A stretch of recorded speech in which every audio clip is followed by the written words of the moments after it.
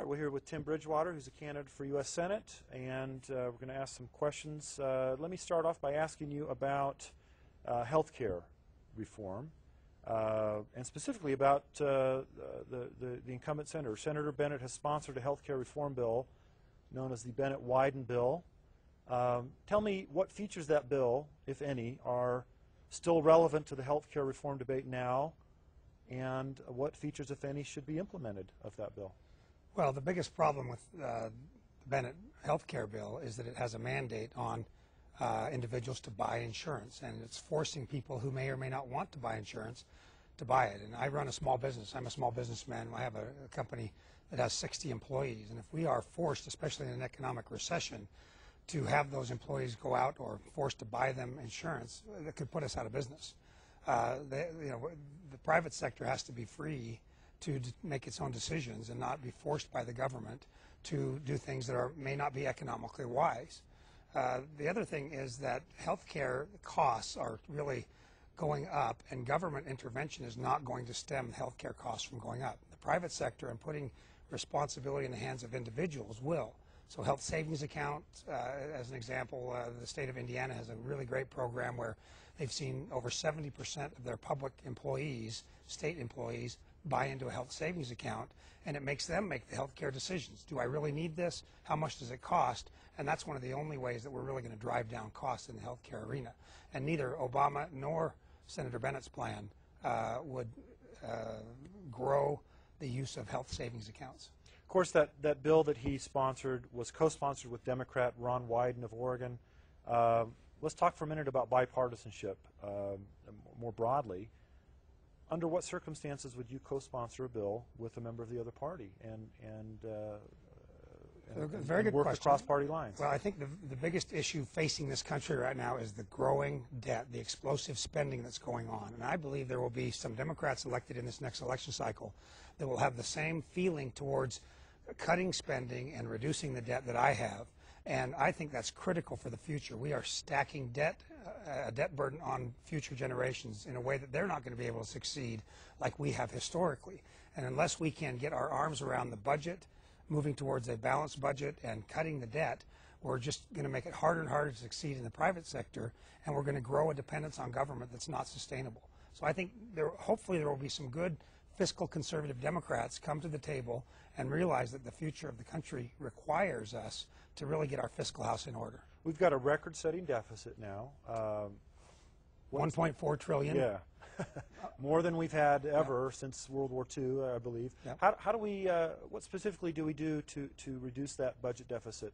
Are there policies that you would enact that would cut programs, or what do we do with taxes? I mean, how do we bring that deficit under control? That's the big issue. Yeah, to give you a feel of how out of control Washington is, there are 342 economic development programs at the federal level, all vying. You know, one senator got his, another president got theirs. They just built this labyrinth of inefficient government, and we really have to start tearing down what government is doing, because it's inefficient. The bureaucracies are just so mind-boggling that nobody can get through them. Companies wait for years to get a response back from some of these agencies. So I think the fact that we have to have an efficient and a strong country and government will require us to trim government at every level, whether that's the energy department, the education department. I mean, they're hampering our ability to succeed.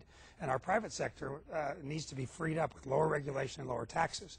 So whenever government gets bigger, it chokes off the private sector. So what we need to do is downsize every aspect. And you do that through a balanced budget amendment.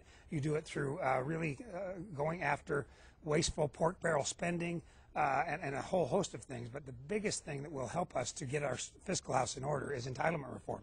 Okay. That's 2/3 of the annual budget. It is on a path to bankruptcy if we don't fix it right away.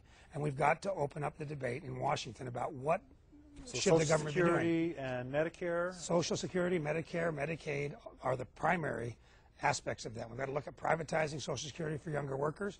We've got to look at moving Medicare and Medicaid to the states. Texas is leading on that issue, but there are other states that would be better off managing those issues than the federal government. And the federal government's role should be limited. They should have a support the military, as it says in the Constitution. They should make sure we have a good, strong justice system so contracts can be enforced. But the private sector really needs to make these decisions, not the government. Government fixes explode government, and they're inefficient.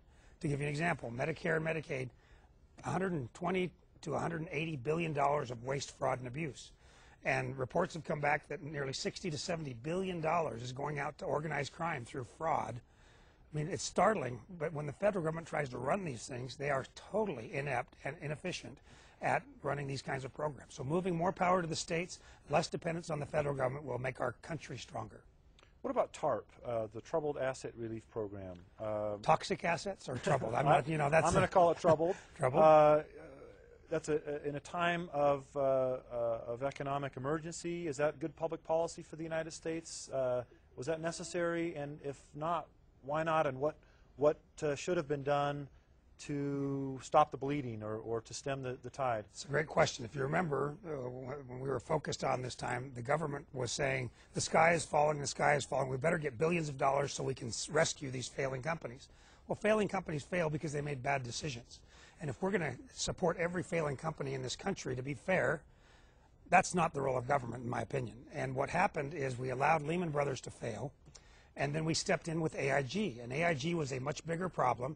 But what should have happened is the government should have allowed that company to be dismantled and sold off to stronger insurance companies instead of putting $85 billion into rescue, now up to $185 billion to try and save that particular company because they were afraid of a domino effect. Well, I'm a classical economist in my training, and basically when you have government spending, it's inefficient. Keynesians think that government spending is the engine of the economy. Well, it's not, and we've proven that in Japan the last 10 years. The Great Depression, Latin America, Southeast Asia all struggled as they spent government monies. The economies didn't recover. What we've got to do is free up the private sector again and make sure that government has as small a role as possible. And the mistake was made in believing that the government could come in and save and bail out. What they did is they rewarded bad decisions, and they prolonged bad decisions, and now they're prolonging a recession that through normal economic principles we would recover quicker if the government had not intervened. We would have leaned out a lot of the companies. People who took bad risks would have been punished for those risks, and we wouldn't have been intervening in automotive industries and banking industries and healthcare industries, all of which is not the proper role of government. Let's shift a little bit. You talked a moment ago, you brought up pork barrel spending. And let's talk about earmarks for a minute. When are earmarks appropriate to pursue? Are there appropriate earmarks that a senator from Utah should pursue for the citizens of Utah? Well, the problem with the earmarking process is it is a bad system that has gotten more and more corrupt over time. And while the Constitution says that the Congress should appropriate funds, I believe they should appropriate, broadly speaking, and block grants to the states and let the states make the decisions. Instead, you've got senators and congressmen making decisions for this company or that company. That's bad government, in my opinion. We need to have a system that is transparent, open, and ultimately it doesn't make a senator or a congressman a decision maker on whether you should give money to this company or this road over here or that project. Really, we've got to have transparency. It's got to be in the budget. It's got to meet a lot of criteria that basically says that for an appropriation, we need to make sure that it's in the interest of the nation and in the interest of the state, but not depend on the senator to be making those calls. Government is a bad chooser of winners and losers, and it shouldn't intervene and distort the market. So were you to be elected senator, should Utah unilaterally disarm in terms of these specific earmarks, or should we continue to seek them until the system is overhauled? Well, the problem right now is we need dramatic reform, because if you look at the Republican, Duke Cunningham, Jefferson, they're in prison, right? They're going to jail or they're being prosecuted for abuse of this earmarking process. It's a system that is broken, and people think that if I get mine, you get yours, we're all going to be better off. Well, exactly the opposite is true. I get mine, you get yours, the nation as a whole is worse off. And I think there's a movement sweeping the country right now, best exemplified by the Cornhusker kickback. Do you know what that is? No. So Ben Nelson was the senator who got a $45 million a year bribe for his health care vote from Nebraska. And people said, well, that's how politics is played. You got to buy his vote to get that. Well, the voters of Nebraska stepped up and said, that's not right for America. It's not right. That's not who we are. And they made him give it back. And it's the beginning of a movement for us to take back our country, to limit government's role, to allow the private sector to be the real engine of the economy, and to stop having this senator or this congressman, because of seniority, take from 49 other states. I mean, are we going to wheel out Robert Byrd on life support because he has seniority, he can get whatever he wants? Every time he gets billions of dollars for West Virginia, it hurts 49 other states.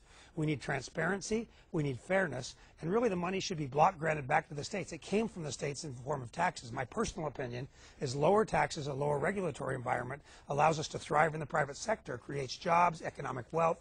We ought to allow entrepreneurs to keep more of what they earn. That's how we keep jobs in this country.